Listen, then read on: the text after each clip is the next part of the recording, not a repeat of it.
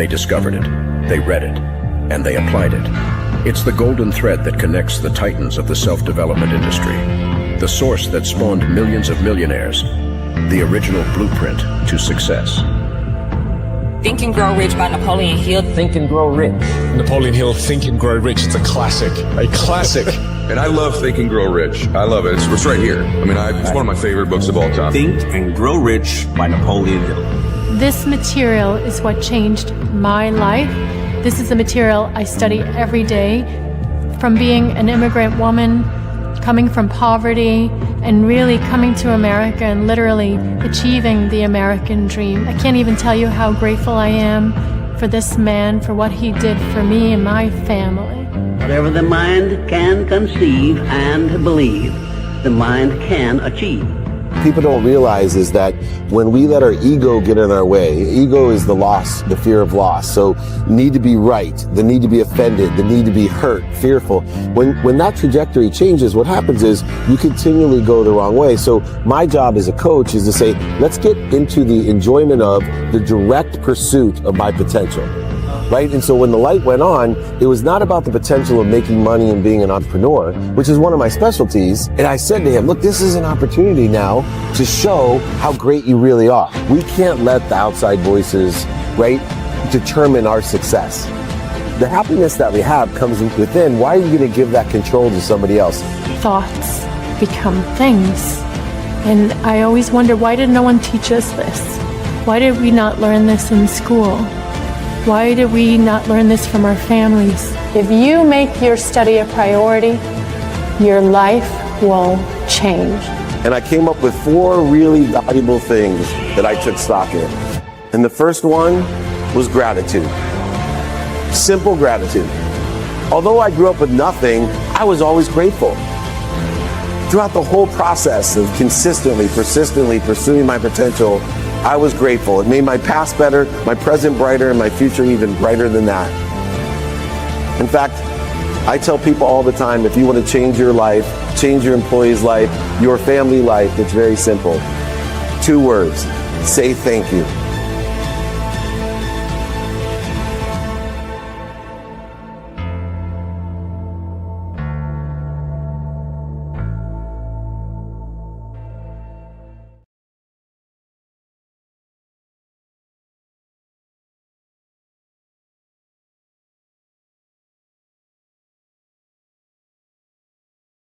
I gotta get this going.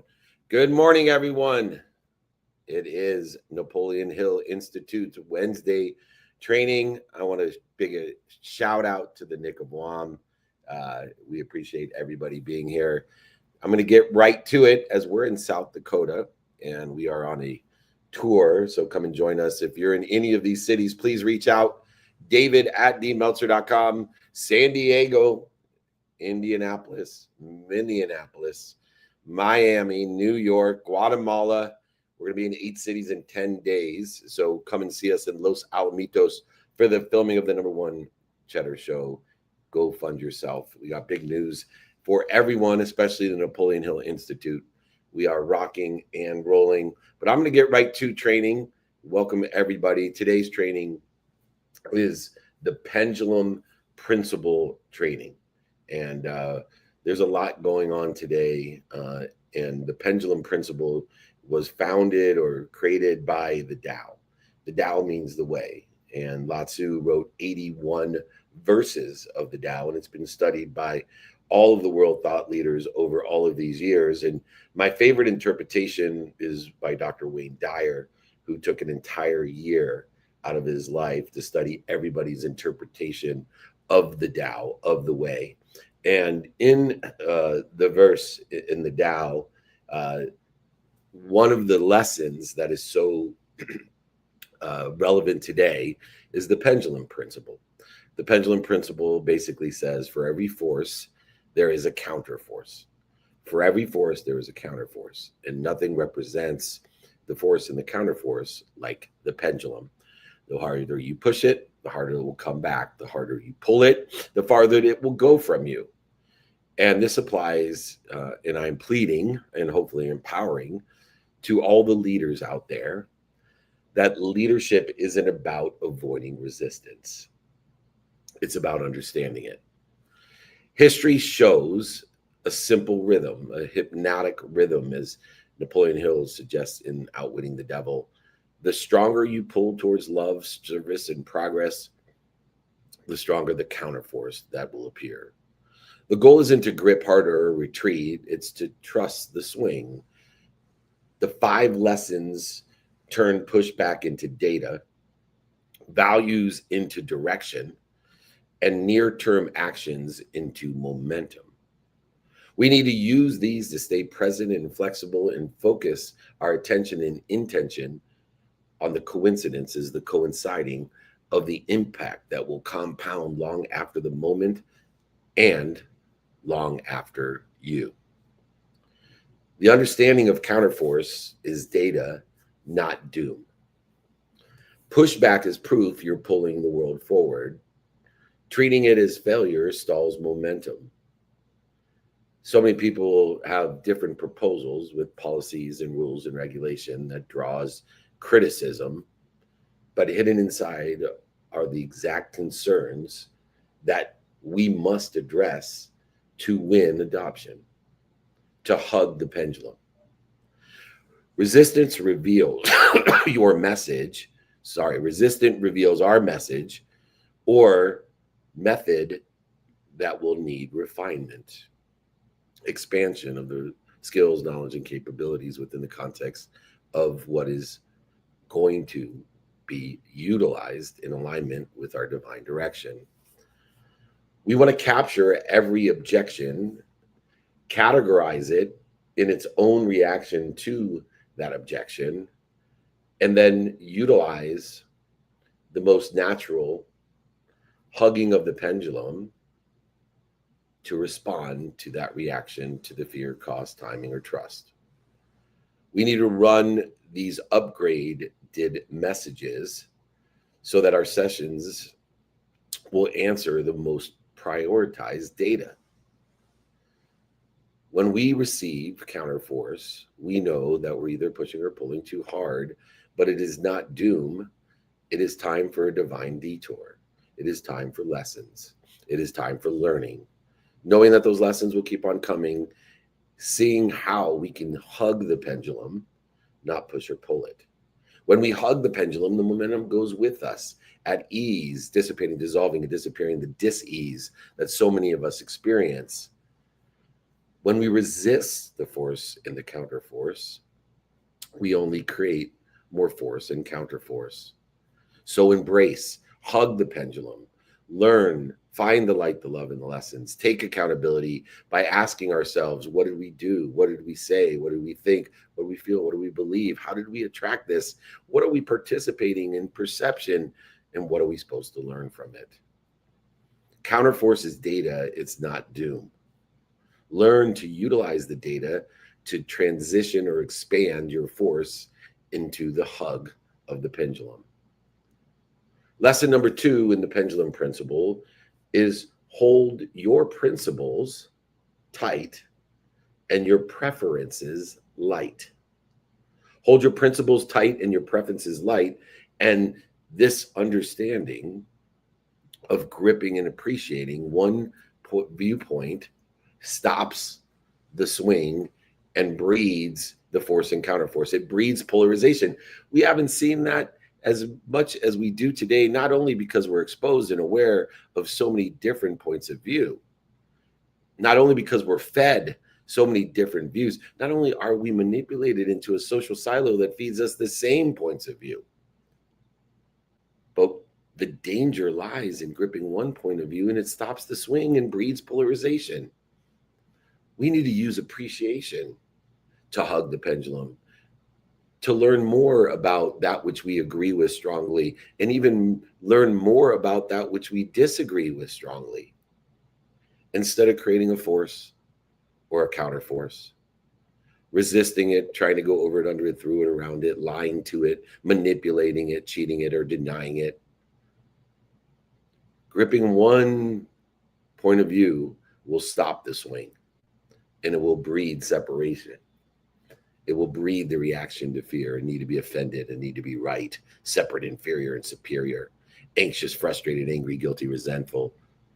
We feel so many more of these different emotions, these different energies in motion that stops the motion of the pendulum.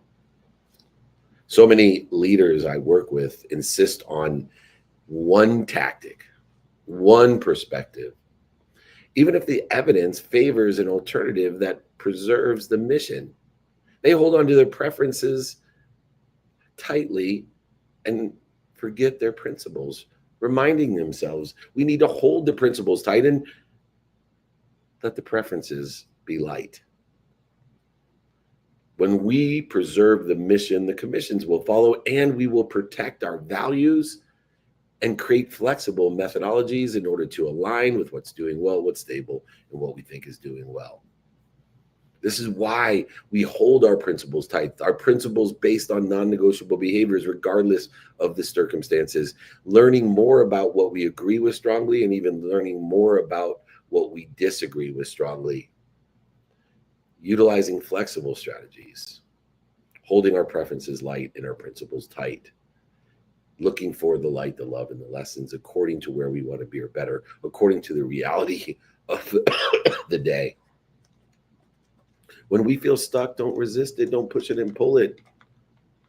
Swap the strategies, hug the pendulum, ride the force. Don't diminish your own values.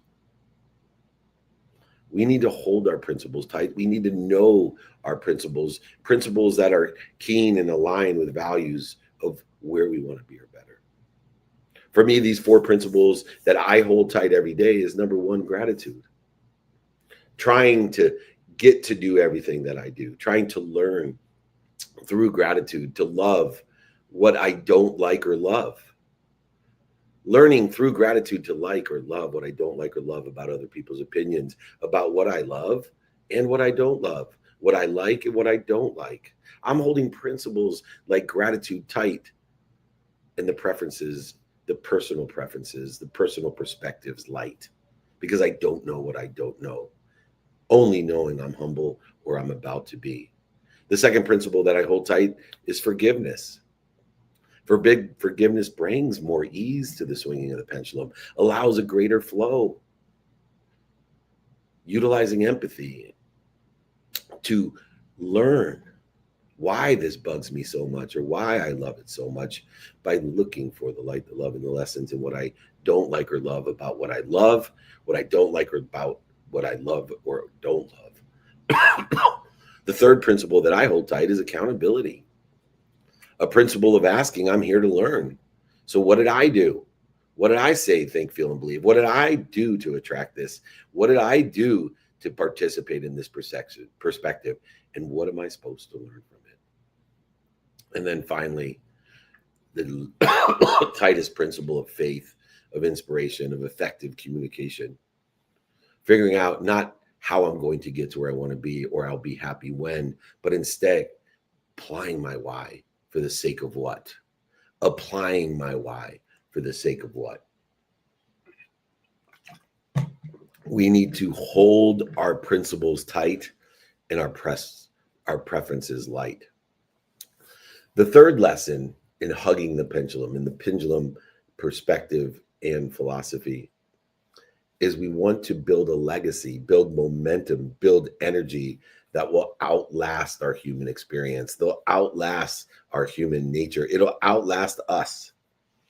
Legacies endure because of systems, not heroes. Stop trying to be a hero and create systems through your behaviors, through empowering others, through the infinite loop of giving that carry the swing forward.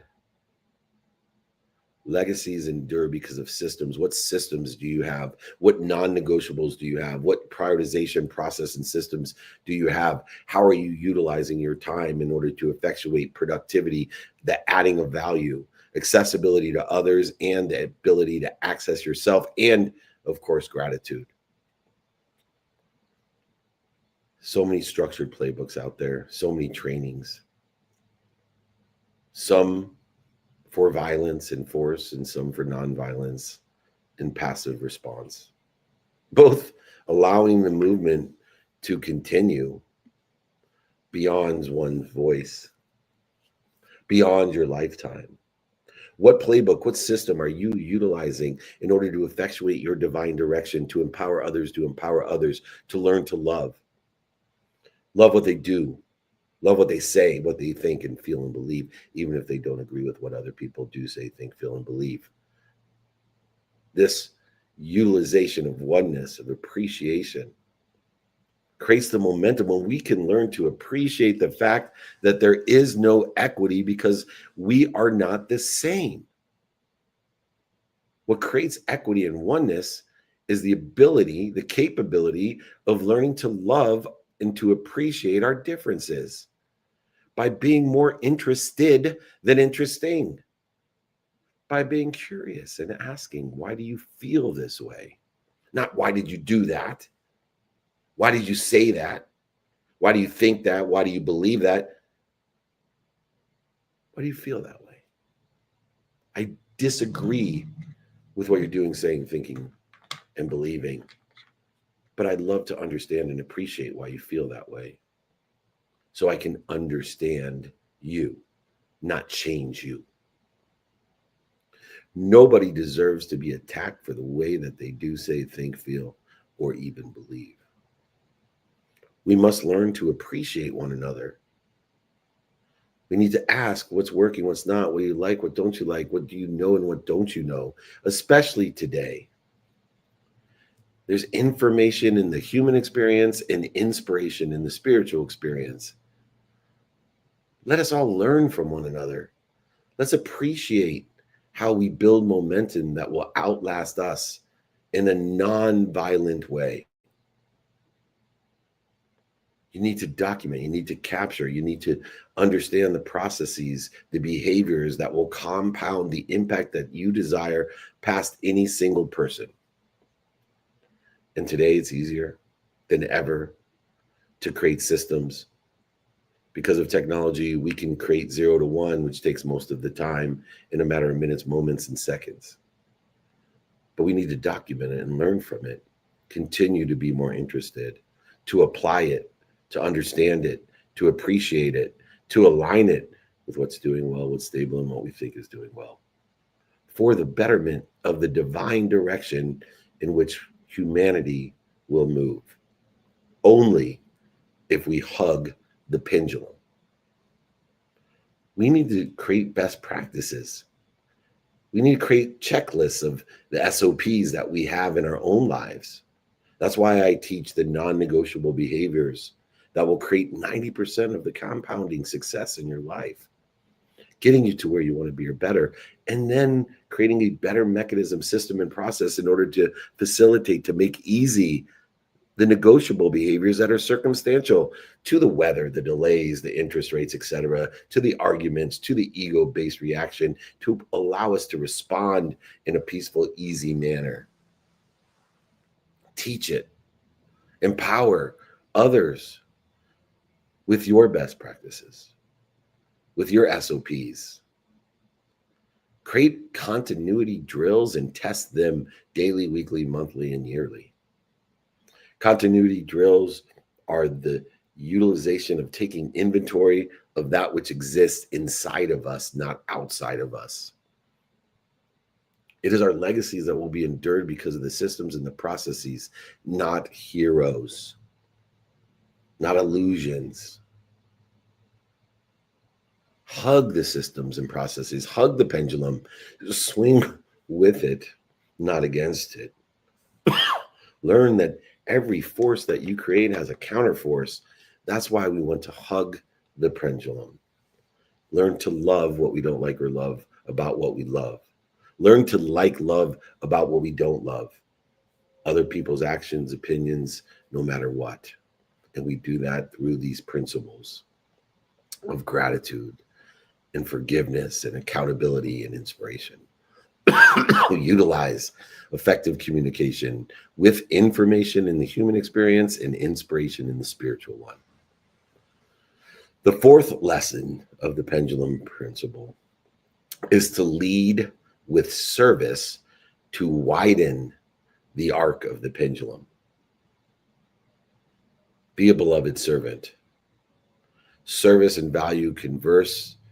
Service and value will convert observers into participants and will reduce the friction of the swing. Empower others to be of service or value. Don't cheat others of the opportunity to be of service and value. Realize that when we are able and capable of helping somebody else, it is our highest self that is of service. So many of us not only don't put ourselves in a position, put ourselves on a team to be of service or value, but most of the time we cheat other people of their higher self by denying them the opportunity to be capable of helping us or others. That is why I teach so many people to ask. That's why I teach so many people to receive. It's not just energetic, it's genetic in the process of the infinite loop of giving, where people give more, are capable of understanding that if we give more, we are given more, we receive more, and we ask for more than more. Why? For the sake of giving more than more, receiving more than more. Sorry, giving more than more, being given more than more, receiving more than more, and asking for more than more than more. That's how you end up with more than enough of everything for everyone.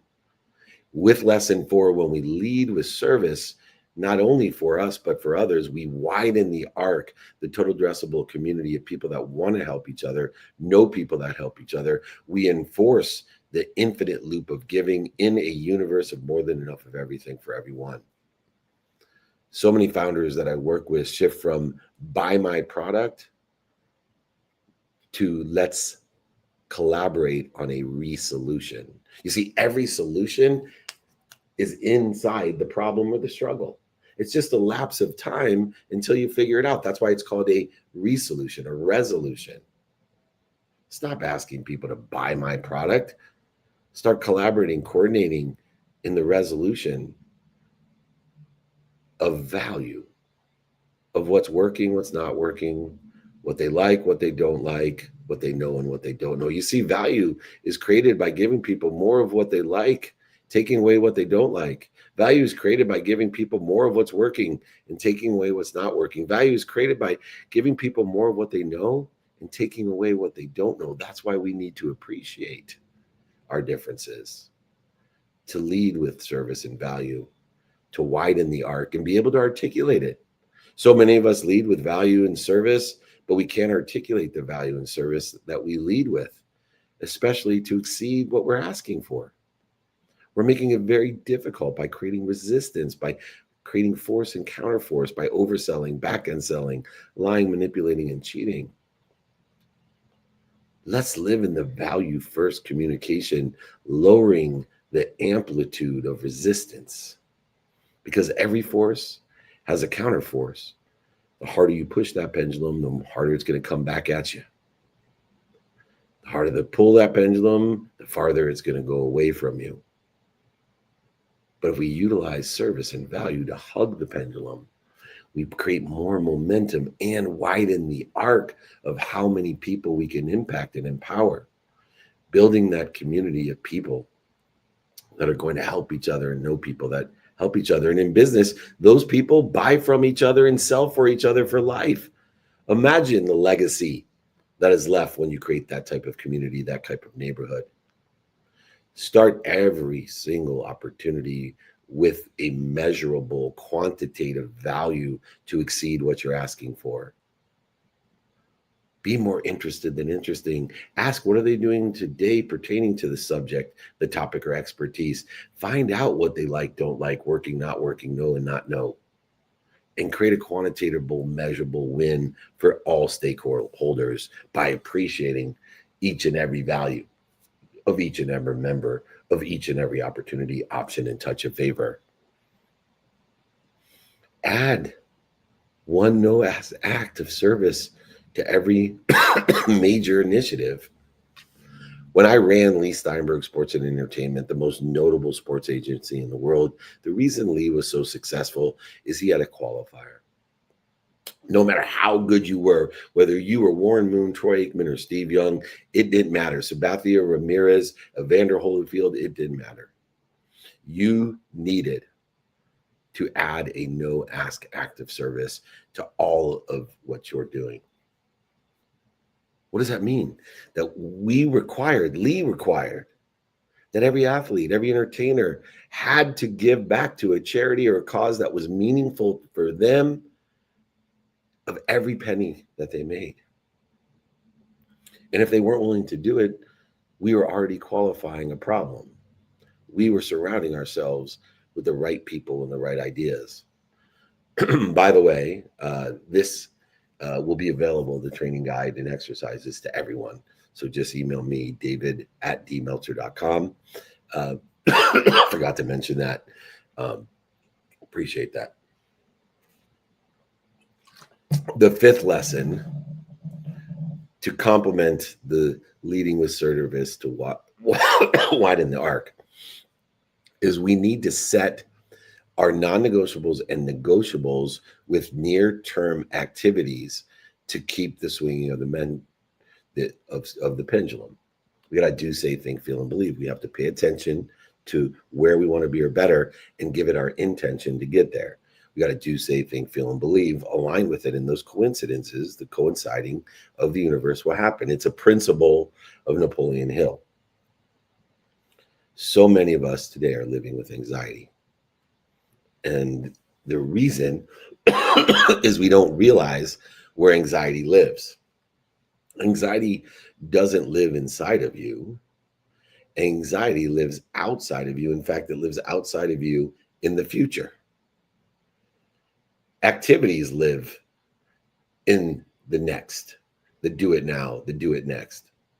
It is action in the non-negotiable behaviors, the negotiable circumstantial behaviors that create the prioritization of our next step, allowing us to do it now, creating efficiencies, effectiveness, and statistical success, knowing that that which I do now, 100% of it gets done, and that's what I do next, get 100% done as well.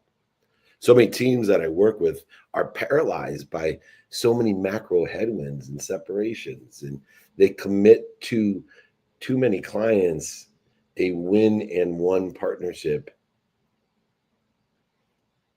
We need to understand the collaborative, coordinated movement within all of our partnerships in order to create the momentum and to dissipate the counter forces that we have created by the force of the inappropriate behaviors that are not aligned or interfere with where we want to be or better.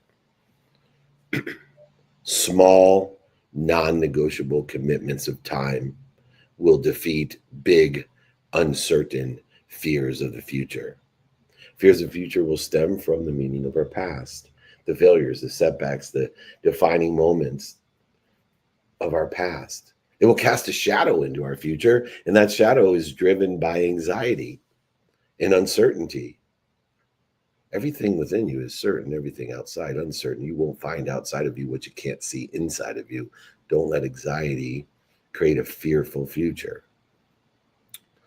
Define your non-negotiable behaviors, define your micro wins, make a plan every day to have a minimum amount of time dedicated to the 90% of your success by giving a minimum amount of time to your sleep, to your health, to your family, to your finance, to your faith, to the study of time and the study of meaning, the study of relativity.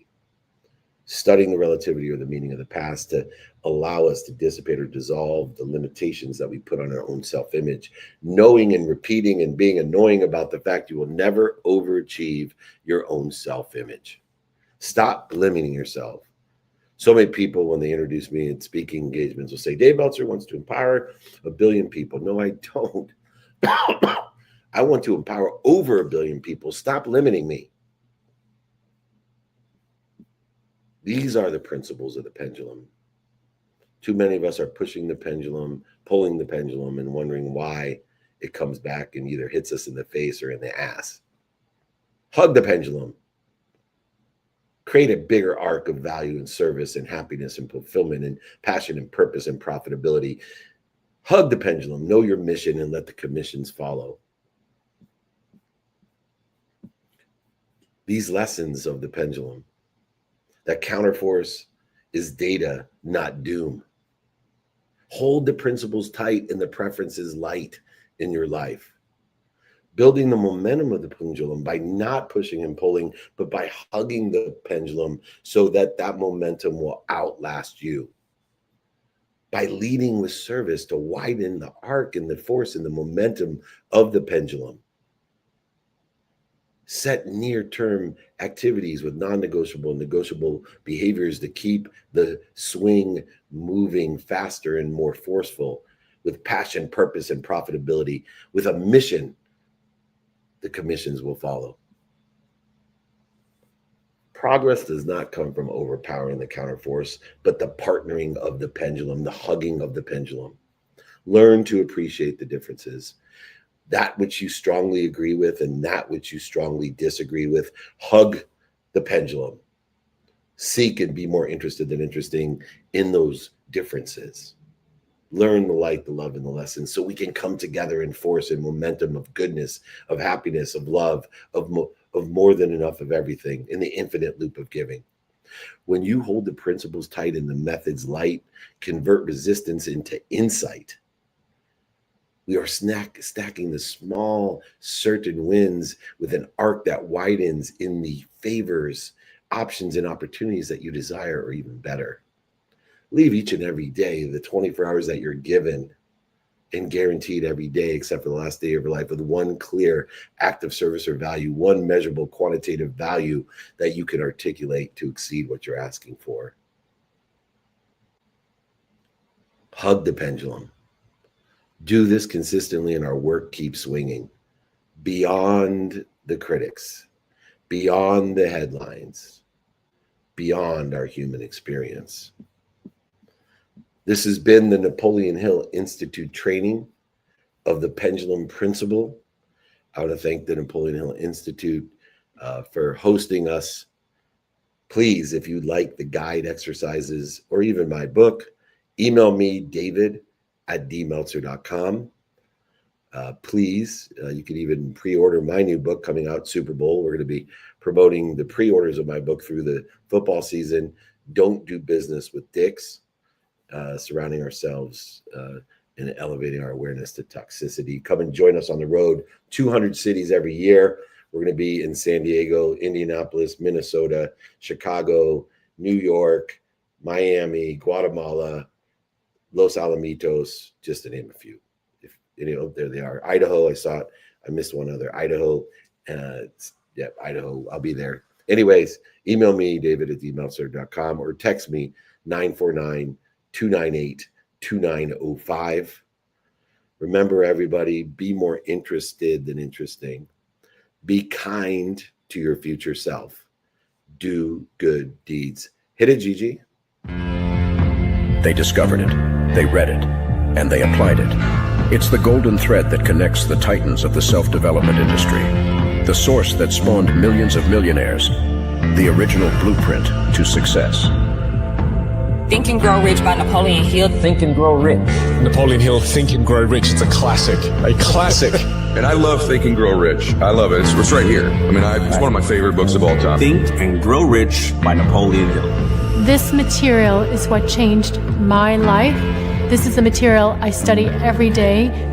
From being an immigrant woman, coming from poverty, and really coming to America and literally achieving the American dream. I can't even tell you how grateful I am for this man, for what he did for me and my family. Whatever the mind can conceive and believe, the mind can achieve. People don't realize is that when we let our ego get in our way, ego is the loss, the fear of loss. So need to be right, the need to be offended, the need to be hurt, fearful. When that trajectory changes, what happens is you continually go the wrong way. So my job as a coach is to say, let's get into the enjoyment of the direct pursuit of my potential. Right? And so when the light went on, it was not about the potential of making money and being an entrepreneur, which is one of my specialties. And I said to him, look, this is an opportunity now to show how great you really are. We can't let the outside voices, right, determine our success. The happiness that we have comes within. Why are you going to give that control to somebody else? Thoughts become things. And I always wonder, why did no one teach us this? Why did we not learn this in school? Why did we not learn this from our families? If you make your study a priority, your life will change. And I came up with 4 really valuable things that I took stock in.